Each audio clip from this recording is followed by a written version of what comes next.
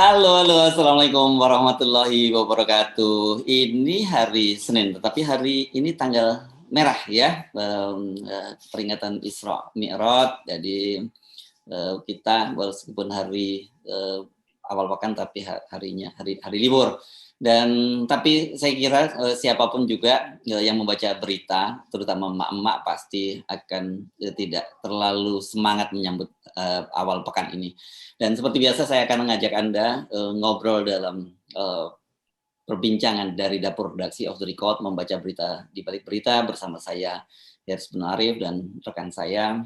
Dan saya Agi Beta, senang sekali menjumpai Anda. Selamat merayakan Isra Mi'raj untuk umat Muslim. Ya. Dan apa saja ini Mas Hersu? Kayaknya memang betul nih emak-emak lagi galau berat ini Mas Hersu. Jadi gini, selamat Isra Mi'raj, tapi juga selamat untuk mereka yang kemarin merasa puas dengan kinerja Pak Jokowi, yang 70% puas dengan kinerja Jokowi, karena Anda akan lebih puas lagi. Karena mulai sejak kemarin itu kan harga LPG non subsidi itu dipastikan naik. Jadi kalau saya baca-baca kan sebelumnya itu kan kita ngikuti juga lah ya perbincangan di rumah ini, perbincangan domestik. Jadi baru saja kemarin naik sampai 185.000 ya per galon 12 itu ya Mbak ya, per 12 kilogram. Ini kira-kira diperkirakan akan naik jadi 200.000 ya Mbak ya. Ini kalau di Maluku malah sudah 240 sekian Mas Hersu. Oke. Itu harga media begitu ya, harga pengumuman. Mungkin realisasinya lebih tinggi lagi. Ya. Jadi artinya apa? Selamat. Ini baru saja. Ini saya mengucapkan selamat untuk yang 70%, 73% yang merasa puas dengan kinerjanya Pak Jokowi ya. Bagi yang Anda bagi Anda yang tidak puas, yang kalau 73 itu berarti berapa? 27 yang tidak puas itu ya pasti makin nggak puas gitu ya Mbak ya. Tetapi kalau meminjam istilahnya si siapa? Tukul ya, gitu istilah puas. Kan. Gitu. Karena ini baru harga LPG. Saya sih hampir bisa pastikan nanti harga kayak apa ya, saya nggak tahu masih ada premium atau enggak. Pokoknya harga BBM juga dipastikan akan naik ini. Mau nggak mau, karena sekarang saja asumsi APBN patokannya 63 US dollar per barrel, kan sekarang sudah sampai berapa? 105 lebih ya Mbak ya? Iya, betul. Nah, dan eskalasi di sana di Rusia dan Ukraina saya kira tidak akan cepat selesai proses ini, tetap akan banyak pengaruhnya. Belum lagi persoalan-persoalan lain, kita juga mengandalkan impor maupun ekspor ke kedua negara ini juga pasti akan terhambat, dan itu dampaknya pasti akan terasa pada kita semua gitu ya Mbak ya. Jadi sekali lagi silakan dinikmati, silakan Anda yang merasa puas untuk mendukung perpanjangan jadi 3 periode. Dengan begitu Anda merasa puas sampai tahun 2027 karena harga-harga akan naik sampai tahun 2027. Jadi minyak goreng ini belum selesai ya. Kemarin masih sidak Pak Menteri Lutfi, Menteri Perdagangan masih sidak ke daerah-daerah, dan ternyata harga juga masih tinggi. Kenyataannya begitu ya. Jangankan di luar Jawa, di Jawa pun juga masih tinggi kok. Maksudnya bukan karena di Jawa harusnya lebih cepat gitu ya tertangani, tapi kenyataannya kalau di Jawa ini kan memang lebih banyak terendus oleh media begitu ya, dan Satgas Pangan lebih kelihatan begitu. Nah, di lokasi tempat keberadaan lahan-lahan kelapa sawit pun ada di Aceh, ada di Sumatera, ada di Kalimantan, itu tetap masih tinggi ternyata begitu. Nah, mungkin diharapkan berangsur akan turun, katanya menjelang Lebaran nanti dipastikan pasti akan sudah turun gitu. Tapi kita kan juga mendapatkan janji ini sudah dari sejak 2-3 bulan yang lalu. Nah, kemudian harga kedelai, ternyata setelah mereka mogok, yaitu pembuat kedelai UKM itu mogok selama 3 hari, malah harga kedelai itu naik Mas Hersu. Jadi habis dimogokin harusnya terus kemudian turun, atau kemudian ada pemecahan yang bagaimana begitu ya, walaupun ini memang harga terpengaruh oleh harga internasional, tapi ternyata malah merangkak naik. Jadi makin pusing. Di Depok sampai ada demo itu oleh para pedagang tempe tahu, produsennya maupun produk turunannya, yaitu seperti tukang gorengan dan sebagainya. Terus kemudian juga gula merangkak naik. Harga daging merangkak naik. Terus kemudian sekarang LPG. Nah, LPG ini kan dipakai untuk memasak semua komponen itu tadi. Dipakai untuk memasak komponen itu tadi. Nah, ini otomatis semua hasil akhir gitu dari produk-produk kuliner, makanan, terus kemudian minuman dan sebagainya pasti akan ikut merangkak naik juga gitu. Jadi ya gitu kan Mbak ya. Katanya ada yang subsidi, ada non subsidi, yang tidak naik, yang subsidi tidak akan naik. Tapi dalam prakteknya begitu harga yang non subsidi naik, pasti orang kemudian banyak beralih ke yang non subsidi kan gitu ya.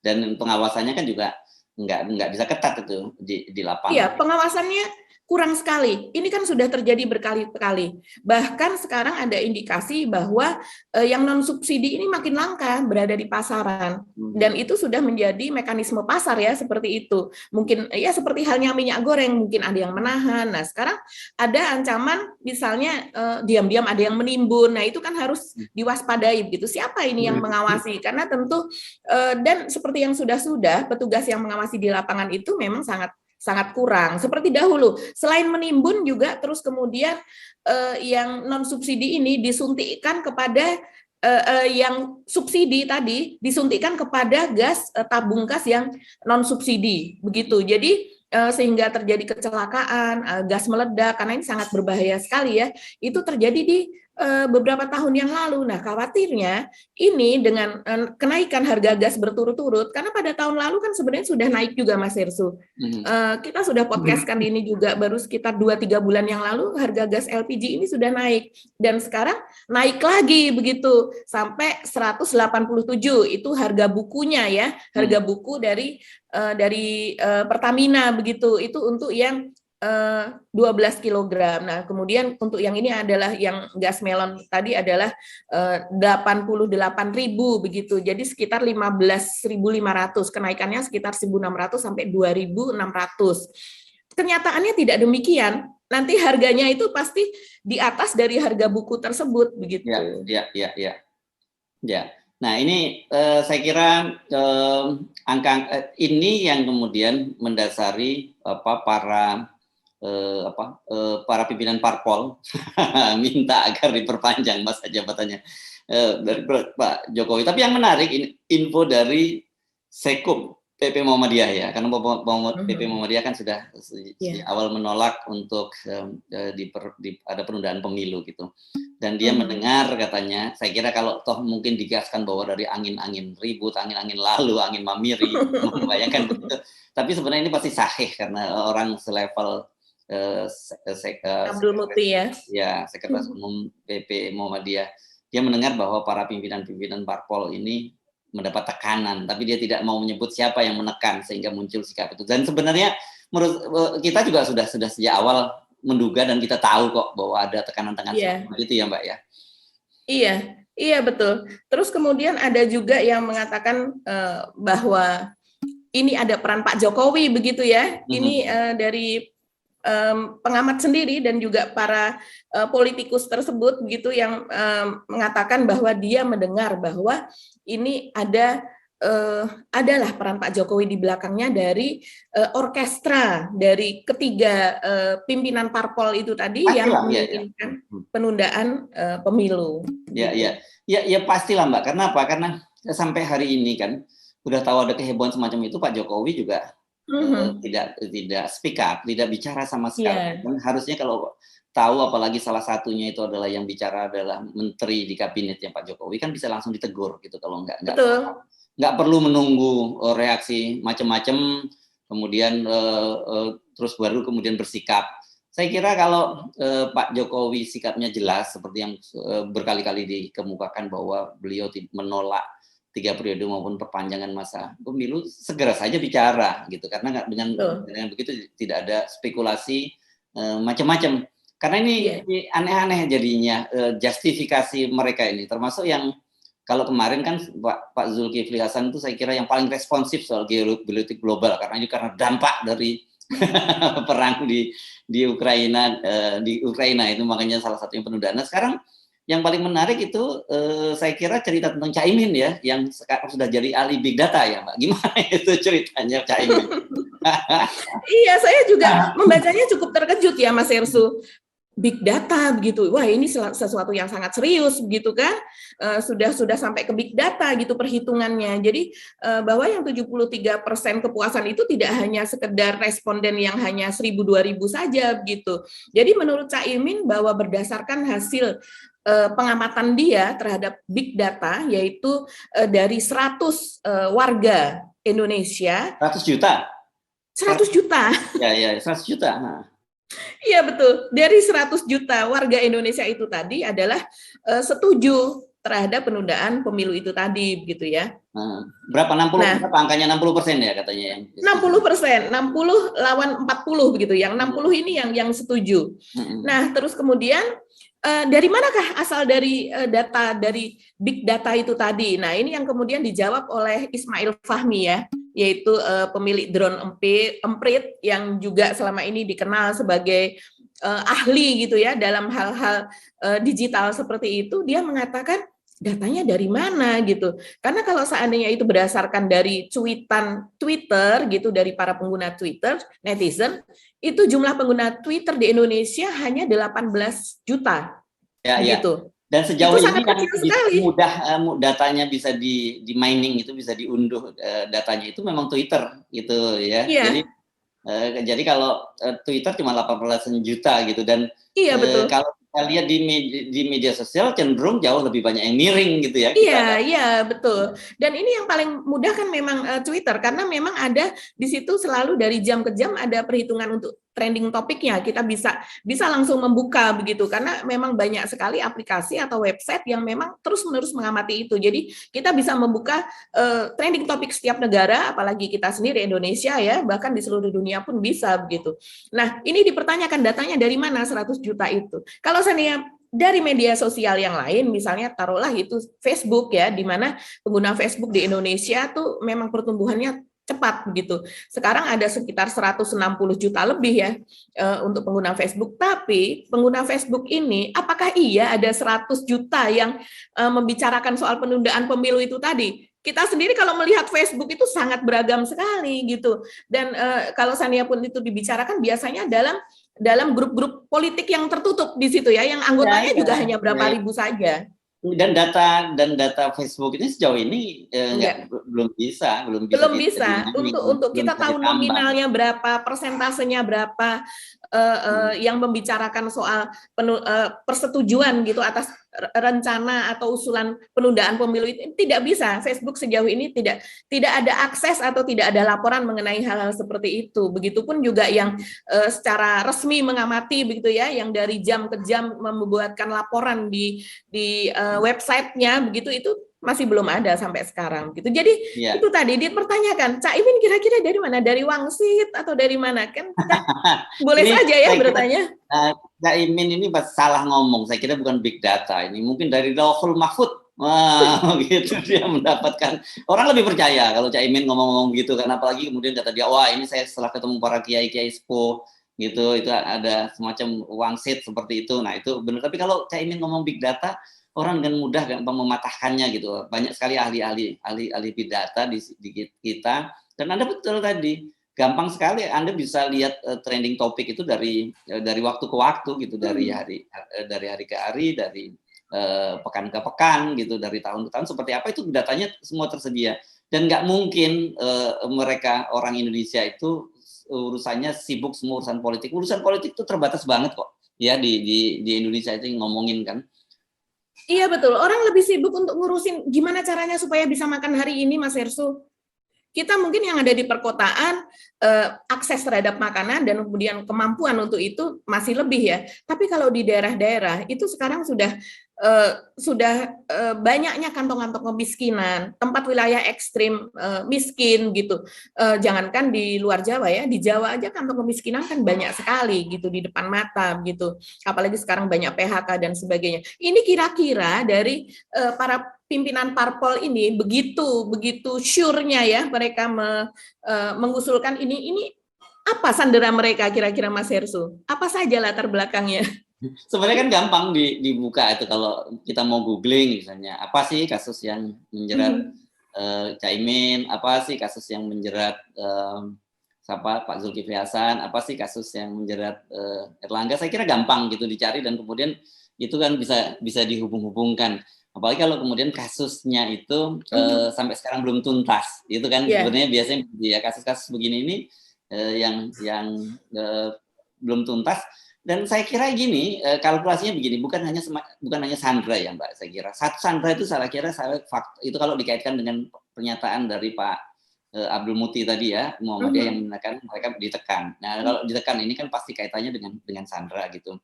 Kedua, saya kira ini berkaitan juga dengan survei gitu ya, survei politik yang jangan survei yang dipublikasi ke media ya, karena kalau survei yang dipublikasi di media itu nggak bisa kita pegang. Partai-partai politik ini punya survei-survei internal, gitu ya. Nah, saya beberapa kali juga berhasil bukan ngintip ya, jadi beri informasi tentang survei-survei yang dilakukan oleh partai-partai politik. Itu memang menunjukkan orang seperti Muhaimin, orang seperti Erlangga yang calon presiden itu elektabilitasnya memang sangat rendah. Sementara kayak Pak Zulkifli Hasan ini kan sekarang dia menghadapi persoalan yang cukup serius, yakni pecahan dari Partai Umat, gitu ya. Jadi dan itu persoalannya Pak Amin. Jadi kalau dia mau berlaga dalam pemilu, kalau pemilu tetap berjalan pada tahun 2024, saya kira dia sudah ngerti hasilnya seperti apa. Survei misalnya PAN juga pasti punya. Jadi kalkulasinya lebih menguntungkan buat mereka itu kalau sekarang ya sudahlah kalau gitu ditunda lagi dan kemudian mereka dapat kompensasi jabatan. Sampai sekarang kan Muhaimin PKB aman, antang dapat posisi di pemerintahan walaupun Muhaimin sendiri nggak bisa masuk tuh. Jadi dia tapi kan dia menjadi wakil ketua DPR. Kemudian terus saya kira Erlangga tetap jadi menteri. Sementara Pak Zulkifli ini sampai sekarang gerbongnya udah dijanjiin bolak-balik sampai hampir tidak ada hasilnya ya. Pemilu sampai sekarang juga belum masuk di kabinet. Tapi saya kira tetap saja lebih menguntungkan kan kalau tadi betul ada kasus Sandra seperti dikatakan oleh Pak Mufti, ini aman, kalian aman. Kedua, kalian masih tetap dapat masuk kabinet, udah nggak perlulah berlaga lagi dalam pemilu karena menghabiskan duit kan gitu. Jadi itu lebih aman. Yang ketiga ya mungkin saja kan ada transaksi lain gitu yang lebih menguntungkan gitu ya. Yang ini saya kira misalnya yang ini nggak bisa dinafikan. Jadi dari sisi kalkulasi apapun kita bisa memahami gitu. Ini maksudnya ini dalam konotasi yang jangan diartikan salah. Kita bisa memahami kalau kemudian mereka memilih lebih baik ditunda. Kenapa gitu? Dan saya yakin kok mayoritas, nah ini bukan yakin, saya bukan pernyataan saya, ini saya dapat bocoran dari teman-teman di DPR, ya mayoritas anggota DPR itu senang semua kalau ditunda gitu. Kenapa? Karena mereka juga akan mendapat, bayangkan Mbak, ini kan mereka ini kalau tidak ditunda pada tahun 2024 ini kan mereka udah siap-siap harus mengeluarkan anggaran yang cukup besar untuk pilek lagi. Itu minimal angkanya itu yang pahit saja, paket hemat itu sekitar 5 miliar. Itu 5 miliar sampai 10 miliar lah seorang anggota DPR itu harus dapat menghabiskan anggarannya untuk terpilih menjadi anggota dewan, itu pun belum pasti terpilih. Nah sekarang dia tidak perlu mengeluarkan uang sampai 5 sampai 10 miliar itu dan kemudian sudah dipastikan lagi dia akan terpilih. Siapa yang nggak mau gitu. Jadi teman DPR tadi mengingatkan jangan terlalu ini Mas, katanya kalau ada teman-teman DPR yang teriak-teriak itu hanya untuk konsumsi publik, tapi secara umum sebenarnya anggota DPR itu mayoritas ya senang kalau pemilu itu ditunda. Jadi ini sebenarnya ini cerdas ini yang mengusulkan penundaan pemilu ini karena ini di sana dia prinsipnya di sana senang di sini senang kan sekali ini ya. Bukan hanya Pak Jokowi saya kira yang senang dengan penundaan ini. Banyak sekali yang senang dengan penundaan. Betul. Nah, cuman kecuali mungkin seperti Bu Mega, seperti Pak Prabowo. Coba hitung-hitung deh dari sisi usia beliau gitu. Kalau kemudian ditunda, namanya manusia ya itu sunatullah lah ya. Hukum alam bahwa kita tidak bisa berkompromi dengan usia. Pak Prabowo kalau ditunda sampai tahun 2007 usianya berapa itu ya? Udah 70, saya lupa persisnya tapi di atas 70 tahun. Bu Mega juga begitu. Gitu. Apakah Bu Mega masih bisa mengawal artinya dengan mulus transisi putrinya untuk menjadi seorang pemimpin gitu kalau kemudian ditunda sampai 3 tahun. Umur orang siapa yang tahu kan gitu. Iya. Betul dan alasannya itu mereka seolah-olah seperti menganggap bahwa masyarakat atau rakyat itu tidak bisa berpikir. Itu yang saya herankan ya. Jadi seperti alasan misalnya ini karena adanya pandemi begitu kan, kalau menurut Zulkifli Hasan gitu, ini masih di masa pandemi sehingga sebaiknya ditunda pemilu tersebut begitu. Nah, kemarin di puncak pandemi kita mengadakan pilkada serentak. Yang hasilnya antara lain ada Mas Gibran, ada Mas Bobi begitu kan, hasil produk dari pilkada serentak di tengah masa puncak pandemi itu tadi begitu. Dan kemudian kalau seandainya ada alasan biaya tinggi, karena ini biayanya tinggi dan sampai sekarang kita belum tahu biayanya dari mana. Iya, biaya tinggi, tapi kita rencananya akan memindahkan sekian ratus ribu begitu ya, ASN ke ibu kota baru, belum lagi pembangunan ibu kota baru yang menelan sekitar 550 triliun rupiah itu tadi begitu.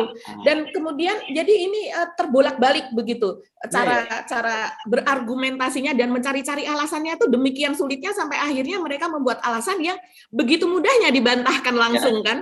Jadi kalau mereka ingin bahwa kinerja pemerintahan dianggap bagus, mereka menyatakan bahwa pandemi itu sudah terkendali, kan gitu ya Pak Luhut kan bolak-balik menyatakan gitu-gitu, bahwa sudah mulai terkendali, ekonomi mulai dibuka, penerbangan internasional mulai melandai begitu ya. Tetapi ketika mereka punya kepentingan untuk memperpanjang masa jabatannya, mereka menggunakan pandemi itu sebagai sebuah alasan. Makanya saya bilang kalau pandemi ini manusia gitu, kalau corona ini manusia, mereka itu benar-benar akan mau bangke ini kita baru betul-betul sekali mati kutu betul di Indonesia itu. Di tempat-tempat lain kita ini benar-benar ditakutin, di sini kita malah jadi korban gitu. Betul. Dijadikan komoditi politik gitu. Yang paling gampang soal pandemi ini kalau seandainya kita mau melihat, ini kan kita menjelang gelaran MotoGP Mandalika ya, tanggal 18 sampai 20 Maret nanti. Artinya ini dalam hitungan hari saja, karena mereka sebelum tanggal 18 untuk masa puncaknya itu mereka sudah berada di sini begitu, sekitar 1 minggu timnya sudah berdatangan begitu, dan kemudian itulah makanya juga masa karantina, terus kemudian juga diperkecil begitu, hanya sekitar 3 hari kan sekarang, terus kemudian juga semuanya begitu dimudahkan begitu. Nah, untuk menuju ke sana, makanya dinyatakan bahwa pandemi sudah melandai, begitu kan.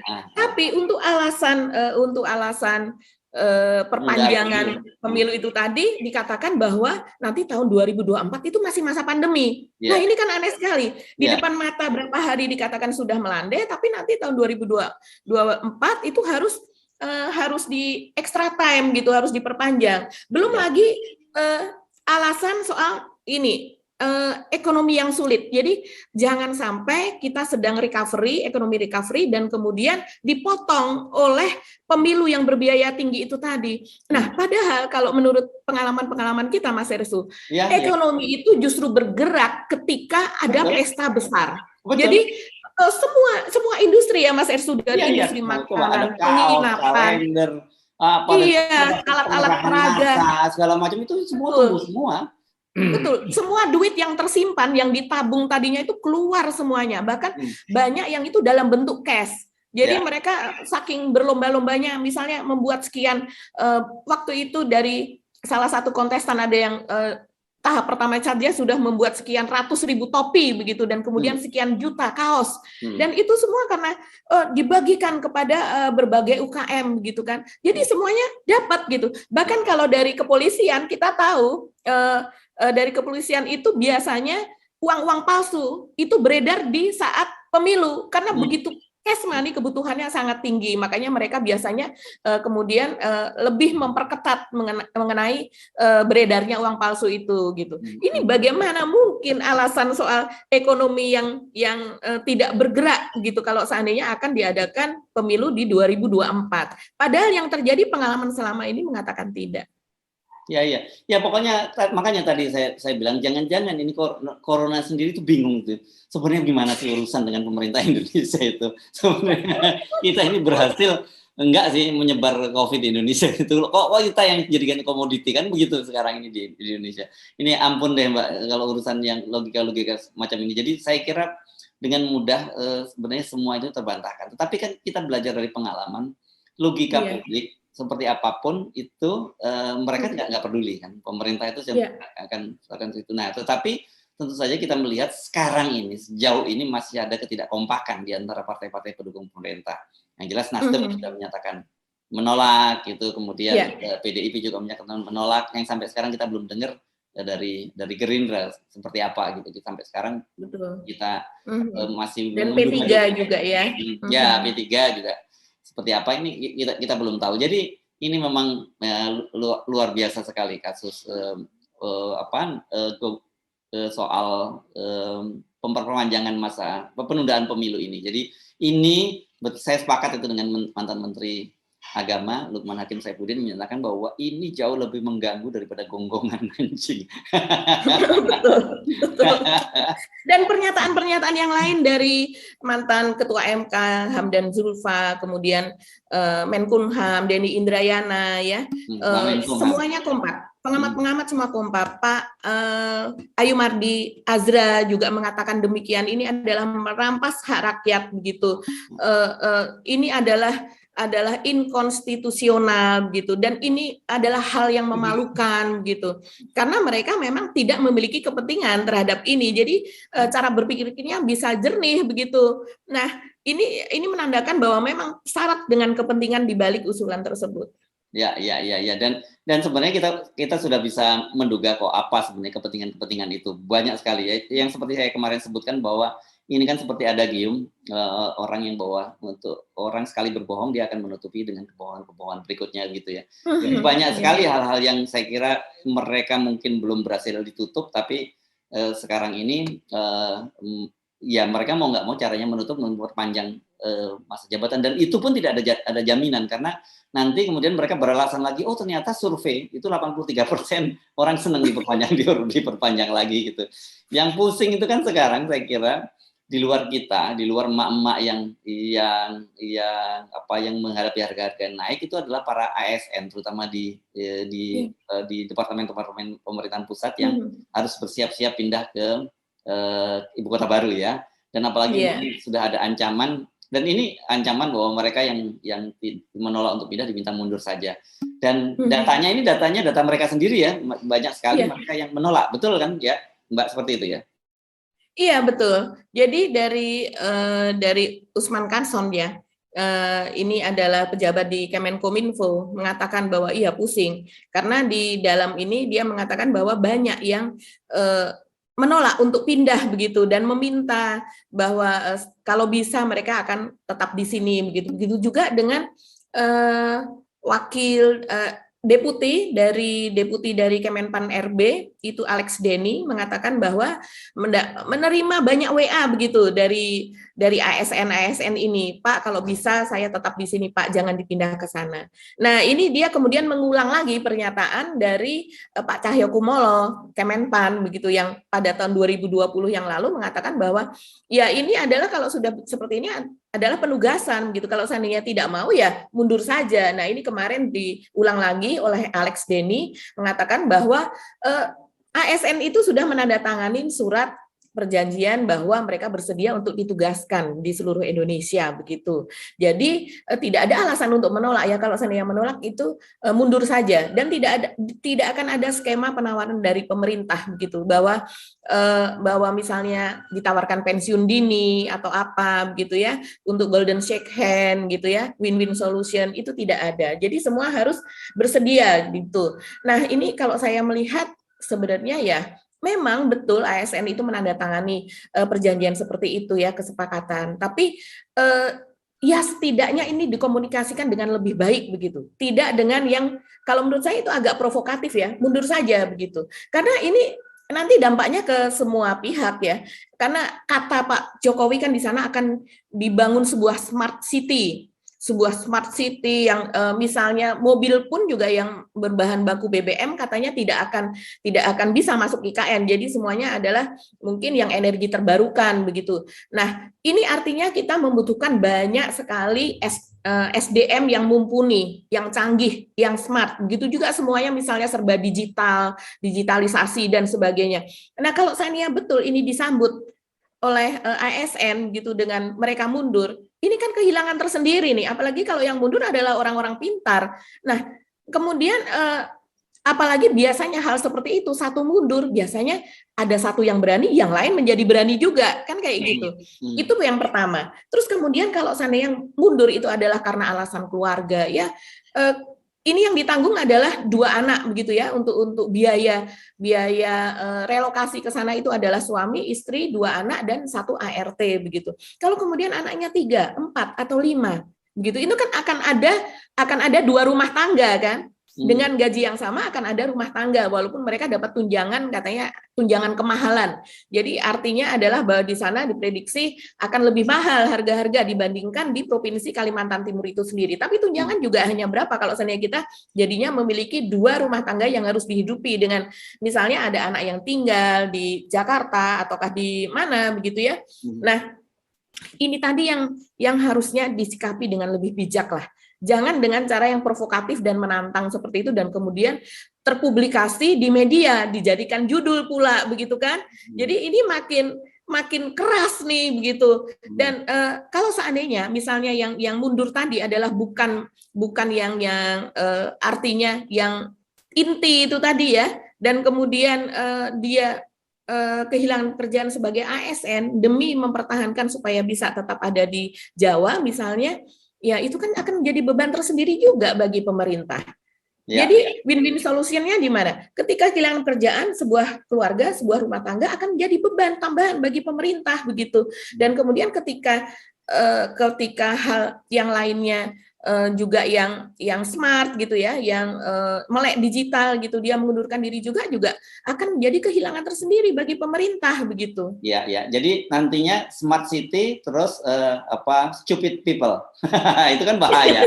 Itu lebih berbahaya. Apalagi ini jumlahnya ada 118 sampai 180 kabarnya nanti ASN yang akan dipindahkan dan katanya rencananya akan dimulai pada akhir tahun ini. Prediksi sebelumnya demikian ya. Ribu ini ya, 180.000 ya? 180.000 begitu. Dan tempatnya saja belum dibangun begitu Mas Hersu ya. Mungkin taruhlah sampai tahun 2023 ya. Karena Pak Jokowi betul-betul menginginkan upacara bendera kemerdekaan Indonesia tanggal 17 Agustus 2024 itu kan harus dilaksanakan di sana. Yang artinya sudah ada istana negara di sana ya, entah namanya nanti apa di sana, mungkin Istana Nusantara atau apa, artinya sudah siap begitu. Nah, begitu juga pemukiman ASN ini yang katanya akan ada landing house, nanti akan ada juga rumah susun, semua infrastruktur. Sementara kemarin teman kita Bapak Manusia Merdeka Pak Said Didu ketika berkunjung ke sana ya belum jadi apa-apa, masih berupa pohon-pohon saja ya di IKN itu di titik nolnya. Ya. Jadi banyak sekali saya kira problem-problem pemerintah dan ini kalau memaksakan kemudian ada pemunduran pemilu, kan ini akan ada komplikasi politik yang sangat serius. Dan seperti sekali lagi kita masih menunggu pernyataan Pak Jokowi. Gitu. Apakah Pak Jokowi masih konsisten dengan pernyataan sebelumnya yang menyatakan bahwa dia ini ada orang yang menampar, ada yang ingin menjerumuskan, ada yang cari muka gitu. Kenapa tidak segera muncul statement semacam itu? Apalagi kan yang gagasan-gagasan ini muncul dari orang-orang sekitarnya, dari pembantu Pak Jokowi. Artinya nggak salah kalau orang kemudian menyimpulkan, ya sebenarnya ide ini juga sebenarnya datangnya dari Pak Jokowi gitu, bukan orang lain. Atau katakanlah tetap datangnya dari orang lain, tapi Pak Jokowi setuju soal itu, gitu ya. Betul. Bahkan ada yang menduga bahwa ini ditunda untuk memuluskan jalannya Mas Gibran gitu. Oke. Ya. Jadi banyak, pokoknya semakin lama Pak Jokowi spekulasinya berkembang. Pak Jokowi semakin lama tidak memberikan klarifikasi akan semakin banyak spekulasi, padahal sebenarnya bangsa ini perlu fokus menghadapi persoalan-persoalan yang sangat berat di depan mata kita. Itu ya Mbak Agi perbincangan kita kali ini. Apa masih ada topik lain yang perlu kita bahas? Sudah cukuplah Mas Hersu supaya pemirsa Off the Record bisa merayakan Isra Mi'raj ini. Ya, merayakan Isra Mi'raj dan merayakan kenaikan harga gas LPG. Oke, kita mesti akhiri perbincangan. Semoga tidak ada antri gas LPG ya Mas Ersu, Ya, karena waktu ya, dulu itu ketika terjadi seperti ini, terjadi kelangkaan, penimbunan dan sebagainya, kemudian ada antri gas LPG. Semoga tidak terjadi antrian baru-baru lagi karena itu memicu kerumunan gitu. Ya. Oke, terima kasih atas kebersamaan Anda bersama kami dalam perbincangan dari Dapur Redaksi Forum News Network. Off the record, membaca berita di balik berita, dan silahkan Anda membaca di balik berita itu lagi apa yang sesungguhnya terjadi. Saya Hersubno Arif. Dan saya Agi Beta, terima kasih atas perhatian Anda. Assalamualaikum warahmatullahi wabarakatuh, salam 0%. Salam 0%. Assalamualaikum warahmatullahi wabarakatuh.